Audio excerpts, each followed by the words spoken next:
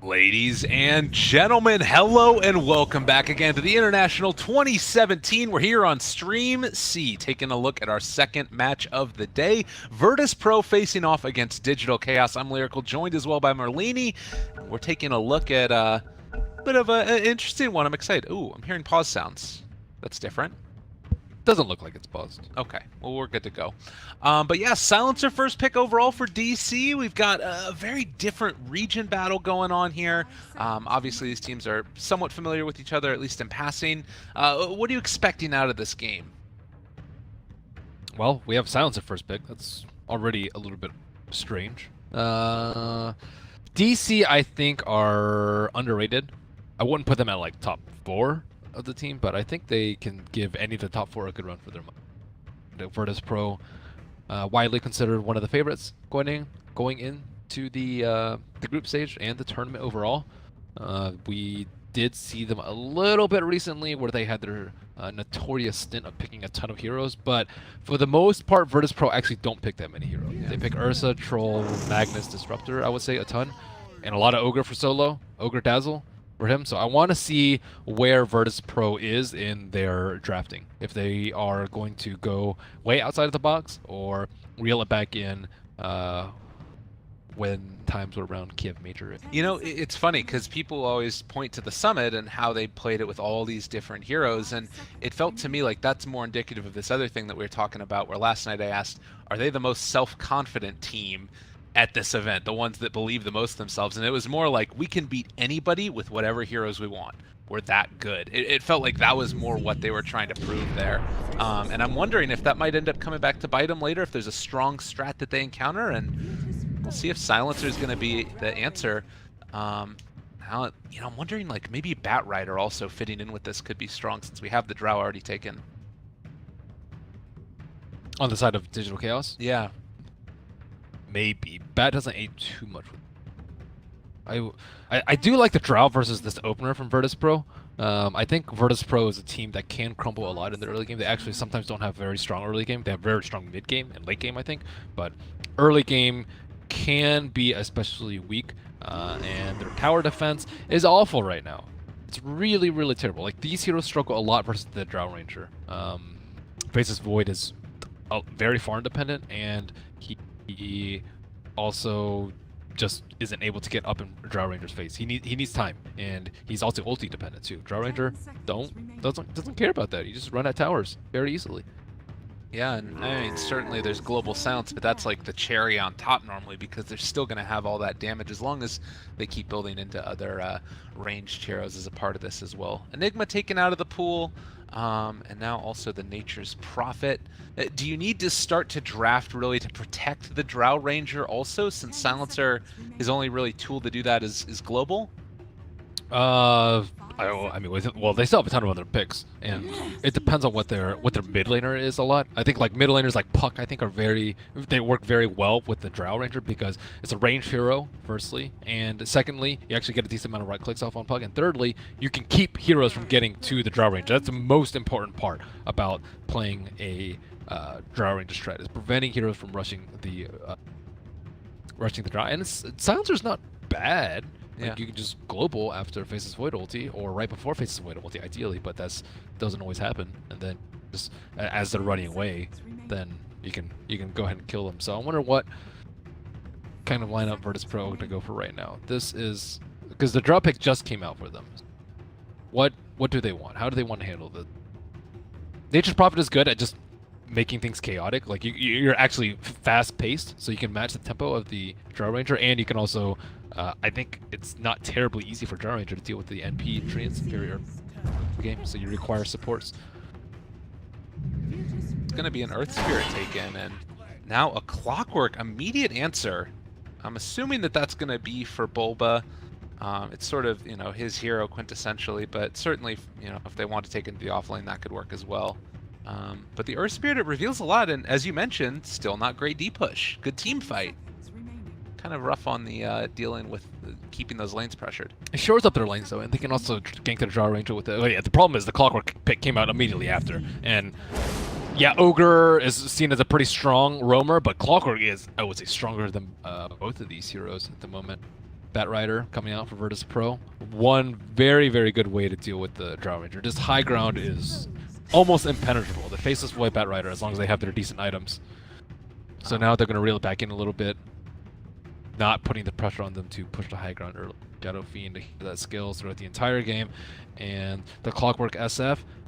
Many expected it to be patched out, but it has not been, and it will continue to wreak havoc on those mid laners that depend on.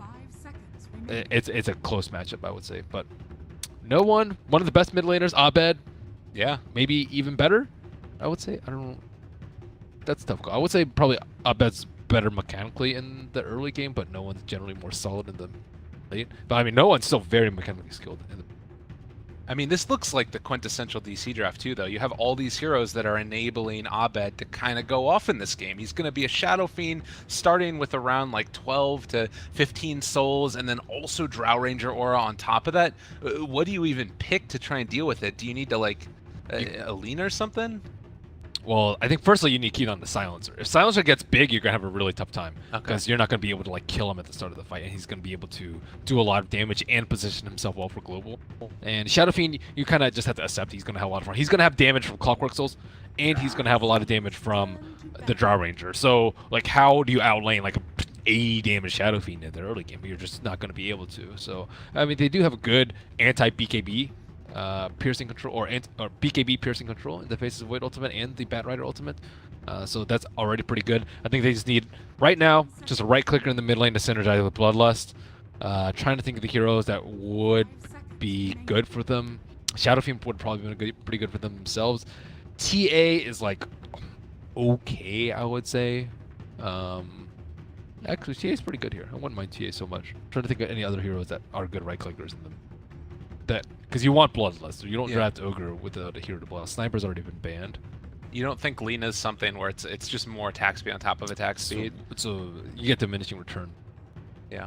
So I also don't like it that much versus a lean. Think of what else. I guess Storm's okay, but it's not that great with the Faceless Void.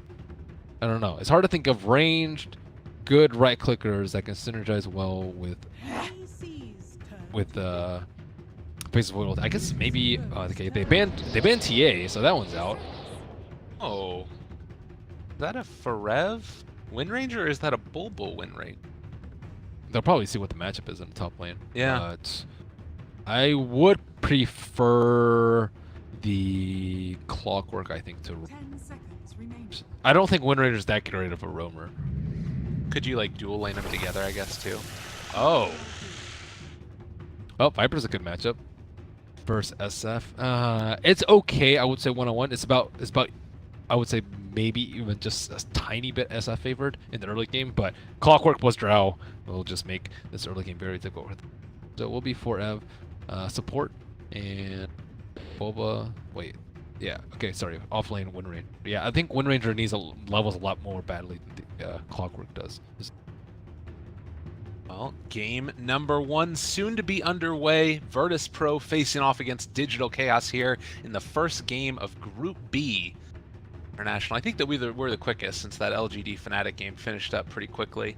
And yeah, are you thinking that the DC have what it takes here against what I'm sure is the favorite in Virtus.pro? I personally like DC's lineup a decent amount more. It's just the Wind Ranger I have a big question mark about. There's a ton of ways to deal with her. Like the Silence is really good, the Batrider's pretty good, and you don't want your Wind Ranger to be poor to the point where she might as well have been a support. And I'm worried that's what's going to happen to Forev this game. She does have Drow Aura, so I guess that kind of makes up for it. So that's the only hesitation I have with choosing DC over Virtus.pro. But Drow Ranger, it looks like a pretty good Drow Ranger game. Drow lineup game, rather. I'm really interested to see if they if Wind Ranger's going to be able to bully the Ogre at all with that extra damage that you were talking about, because that would be normally the way that you play one of these like ranged offlaners with Drow Aura, right? Is you punch the support, force them back, and then you're secured a decent amount of levels and everything else. But Ogre is obviously known for being hard to bully around. He's a big bad bruiser. Yeah, I don't know if you want your Ogre over there though to deal with the Wind Ranger. You want him to deal with the SF. right? Oh, That's okay. that's the hero that you actually want to keep down in the early game. So normal cog shenanigans coming out in the early game. I'm trying to do my predictions quickly. Who's going to get a lot of kills? It's got to be Abed, right? I don't know. No one is also just a monster. Most kills in the first 10 minutes.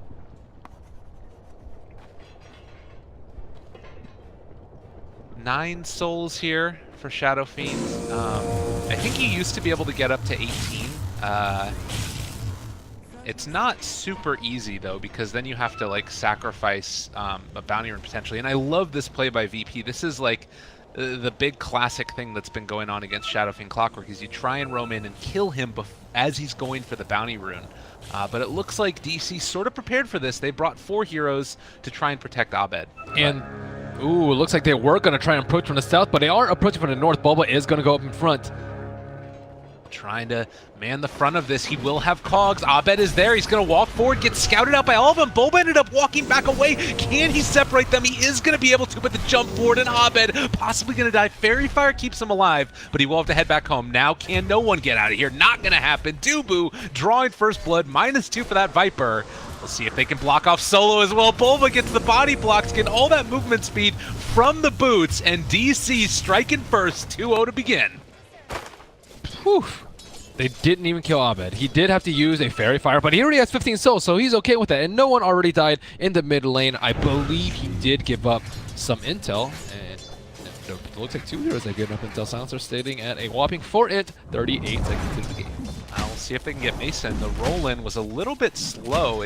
Not sure if he dropped the boulder there, if he even wanted to. He just wanted to get into lane and punch him a few times, but it is sort of a little bit of a weird dynamic now, because it's Mason left alone for the moment since they had to go and protect the Shadow Fiend, but now he's back in lane. Do you expect no one to have a really rough time in this matchup from this point forward? Not too much, because they don't, like, how do you actually kill him? You need Clockwork to wrap around behind, and Clockwork is showing it. So he should be okay for a little bit of time. I mean, if Viper ever really feels scared, Shadow Fiend can just, or he can just run back. It's not like Shadow Fiend can stun or slow him. It's mostly just all on Bulba. And looks like Ogre is going to be sitting around mid. I would say more on the top lane is where we want to look. Is Pasha going to be able to put pressure on Mason? Because Mason, do not want Drow Ranger to get level 6 early, because that's going to make your problems even worse. As it stands, I mean, Abed is hitting for 89 damage at this early point in time in the game. It is quite hard to deal with. But that being said, no one here, 5-4 so far, and that's kept Abed back at least for the moment. With the creep wave going to be pushing in a little bit, I believe. They're doing a good job of keeping it there, even though there's the 2 range. Still 90 damage though. Yeah. They're pushing him back again. This is not the easiest thing in the world, and Bulba's going to have to come back here again to help him. Yeah, he's a self, so he's fine. And yeah, this lane should, I would say, be a wash at this point. No one doesn't have any mana left, so Abed can actually maybe pull ahead a little bit in CS. Pasha is getting a lot though out of this top lane. He doesn't really feel scared at all. It is going to be Lil heading down to get the bounty rune, so he's alone for the moment, but even still able to stay here and, you know, make sure that he's getting levels in spite of it. Bottom lane, 1v1 matchup, Forev versus the Faceless Void. It seems like, for the moment, Forev's been able to handle a pretty decent time staying away from the Faceless Void and just dealing little bits of chip damage to him. Yep. I was thinking about other offlaners that are ranged. And it's really only Is just... Abed dead? What? Oh man, that's really not good. He just got ran down. The double slow? Yeah. The 1-1-1. Oh, there goes most of his souls. Now at 9. But other offlaners you were saying that could have been good in that situation? Yeah, it's really just Puck, but they first banned Puck. So that's pretty much the only 2 offlaners that you can see with the Drought Aura. And, I mean, it does feel like it's going to be okay for the moment, at least. He's level 4, having himself a decent time and topping the CS charts, about 6 ahead of that Void. I mean, it's still looking like it's a pretty decent start at this point for DC. It's just that Abed is still sitting only at 7 last hits for himself. Yeah, he is just kind of just sitting at tower, not really doing that much. I don't know, is this like a problem? Like it feels as if he's missing a couple of these CS that aren't like fully contested, or is it just that it's how scared you have to play against Viper? I think the Ogre had a big part to do with it. He like kept pulling the wave back towards his side in the position of the creep wave. Would have forced Abed to come down into the into the river, which just never really where you want to be. More damage going in. Lil is chasing Mason down. 4 stacks on top of him, and DC going to lose their carry. It looks like Pasha will die, so that's a +2 for Dubu. Currently sitting with 6 stolen intel. Bulba also did get a haster, and he might be trying to wrap in here in a little bit. But looks like he has to wait for that perfect opportunity, and now maybe is that moment. Hastes worn off. He can't get in there in time.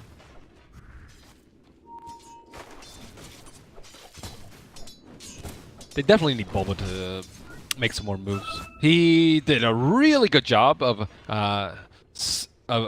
preventing the first blood happening, but he is not really doing a good job after that of making sure that Abed gets his farm, and he's trying to stack right now, it looks like, for Shadow Fiend. And that's really, I think, the best move for him, especially with the creeper in this position, and with that Observer Ward placed by Solo, there's very little room to gank no one. Looks like also Lil is showing up here. They will spot out that means there's a ward up on the high ground. I don't even know if Lil dropped a boulder for that one. Like as soon as they realized what was happening, he just decided to give up on it and scout out that there was a ward, there was a ping, and might even go to deward that in a little bit. Yep.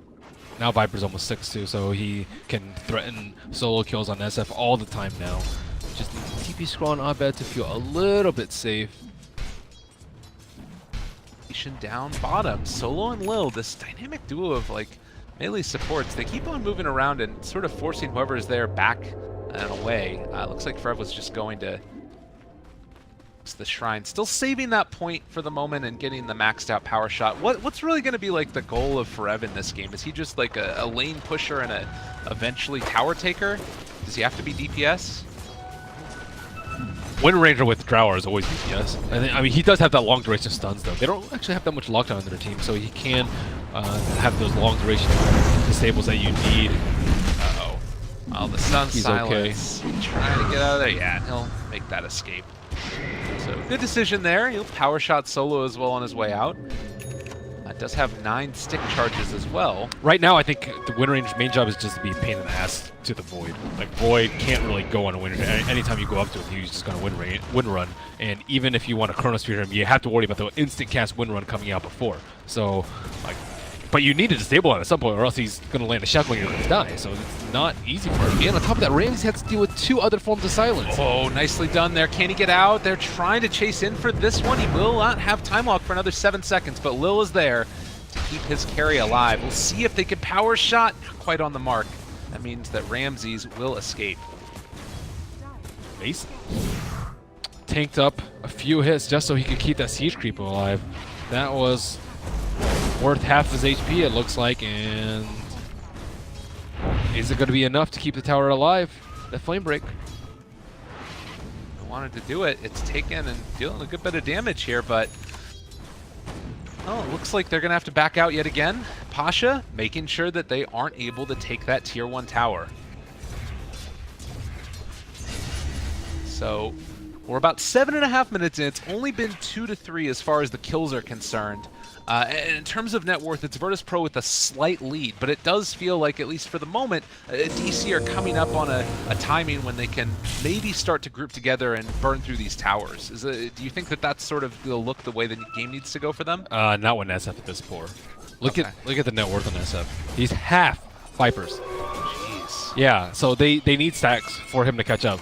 And ideally some Dragonkin spawns on the side so that he can just triple raise those and get back into the game. Because right now he is poor.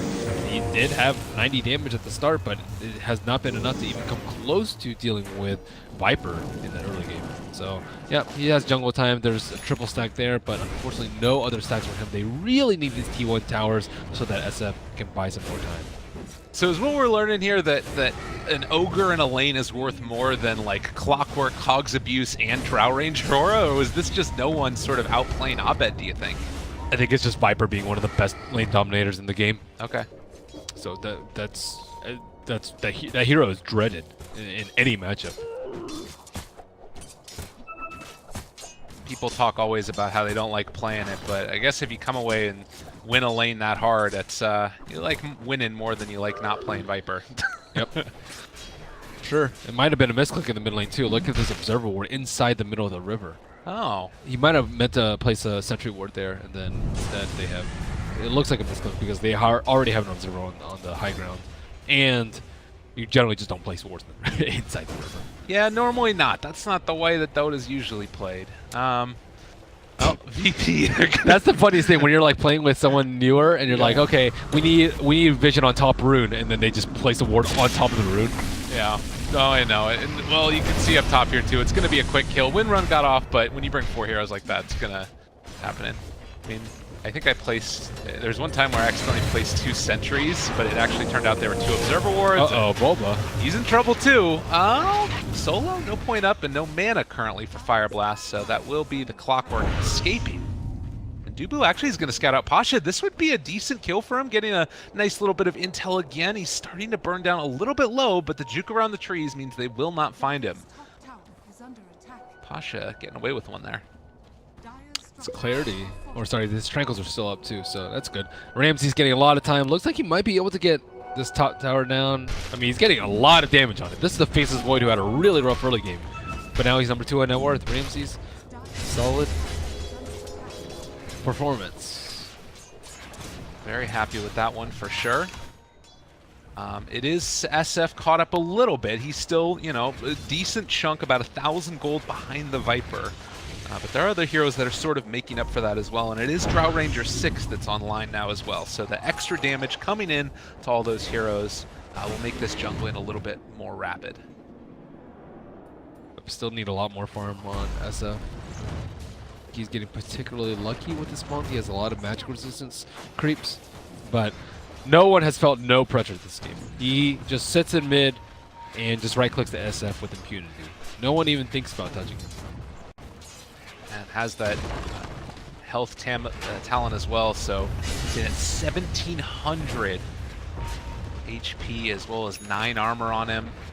He is very hard to deal with. Bottom lane though, maybe going to be something to happen, and Pasha is showing up to help out the Earth Spear. Is he going to end up dying to that Arcane Curse? It does look like he's going to end up going down to Dubu, but Mason too might be the one that ends up falling. Frev trying to find something in return. He will have another power shot in 3 seconds. Can he actually manage to find Pasha? He's going to shoot one off, and instead they'll chase after Solo. So they do get out on the Bat Rider, and they only end up losing the 2 supports. Looks like Drow Ranger wasn't able to spend all her gold before dying, unfortunately, so Mason will be set back a decent amount from the death. And with that, Pasha should be able to get his Blink right now. He didn't die in that last skirmish. That's great for VP. Yeah, really great. And, you know, he's a hero that has a lot of other damage on the rest of his team, I would say, particularly no one at this point. So, you know, he can find those pickoffs with the Blink Dagger. Sometimes you run into issues where the rest of your team doesn't have that damage. Solo gonna place down a couple wards, get fantasy points for all those people out there. Heck yeah. Doesn't quite find Mason though. Who'd you put in your fantasy lineup? I don't know. I think I put Cuckoo in. Although for supports, yeah, I don't remember. I'll have to check in between games. That's the real meta though. Figuring that stuff out. Nobody from Group B, because they have 2 games versus 3 games for all Group A. Thought that was going to be a roll-in, but just trying to clear through the trees, make sure that nobody is scouting over there. He thought that they had a reserve ward in between the T1 and T2, and they saw Bobo running up, but he almost ran at the cliff, but he just backed down at the last second. Looks like Dubu placed a ward, and they know exactly where it is. And Bobo trying to scout a little bit with the Rocket Flare, and we'll also see where Virtus.pro is. Vision, Solo coming in. I'd see if they could make something happen against that SF, but it looks like for now DC just going to give up the tower. They don't want to fight if they know that they're going to end up losing the engagement. Hold off, get yourself some more farm on that SF, and then take the fight that you want. Yeah, no one is crushing these towers though. Max Nether Toxin. Are they going to be able to force a fight here? got a lot of heroes in the area. Oh, that was a nice play. Ends up breaking the Blink Dagger. He will have it back up again in a second, but the Shackle onto 2 as well. Might be able to find 1 kill here and just get out. We'll see if it's indeed going to be the case or not. Bulba instead is just going to have to be the one that ends up falling. Ramsey's going to be able to run him down. But, you know, you'll take that gank. Get the rest of the team out of there. They did blow global for that, though. And Wind Ranger was unable to connect on that last power shot, going for the super risky build on the Orchid first. This is a Mason special himself. I think he likes it. Might have influenced Forev a bit. What's the thought behind this build here? What's the big play? Probably deal with the Void, I would say. But they already have multiple silences, so it's overlapping silences. And secondly, it gives you no defensive ability. Top lane also, they found Abed, is going to get chronoed mid-animation, ends up dropping. So Lasso and Chrono used, but it's big for another hefty blow to this Shadow Fiend. He's still far behind, but you do see that there's like... Bottom lane? It's not incredibly far behind. All right, nice pick off there. Forev's going to end up going down. Bulba trying to see if he can kill off no one. Mason almost dead as well. He is going to end up being able to find that kill, but died afterwards. Help indeed. That was a 4v1. Oh my and god. He killed 2 of them. So what you're saying is that no one's pretty big right now. A hard man to take down. They just don't really have the damage without SF there. Drow went for Lance first. Lance is okay on Drow if you're actually hitting towers, but there's still a lot of towers up, and I don't think they're strong enough to just straight up push like that. But it is useful for Pyke. Pyke extremely useful against Face's Void, and I don't know. I still see Viper being a big issue. I like Silver Edge a lot versus Viper. You get rid of corrosive skin, and you also just limit his damage output, and you can actually kill him super easily without poisoning your entire team.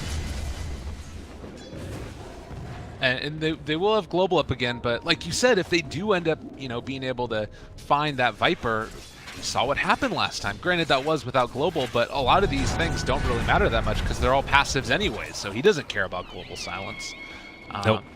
So DC, again, searching for an answer. In your eyes, what's that like item? Because Shadow Fiend's also going for a Dragon Lance, and that's just sort of more stats, right? Does he need to like wait for a BKB or something like that before he's able to fight? Or some other big damage item, possibly? I don't think you can wait for BKB. Yeah. I'm trying to think of what other item you got. I say Silver Edge, but Shadowblade is going to even be a long time coming, let alone a Silver Edge, so I don't think that's the item to wait for. What other things are we talking about? Wind Ranger, I guess, is going for Orchid, but I actually don't foresee Orchid making that big of a difference. It might get like 1 or 2 kills at the start, but Face's Void already going for Manta style. He knows he's up against Global Silence and at least 1 other silence in the Drow Ranger, so he's kind of already well protected, I would say, against the Orchid. Alright, well, DC did just spot that the Ogre TP'd in bottom, so they realize they're not going to be able to make a defensive rotation with the Ogre at the very least, and they're going to try and wrap around, see if they can find somebody else, and Pasha would be a pretty tasty pickoff. It looks like if they want to, they could go for that Arcane Curse. No, he blinks away! They scout it out. Oh, and that would have been a big moment if DC could have found that pickoff. Still might have been tough since he was under tier 1 tower.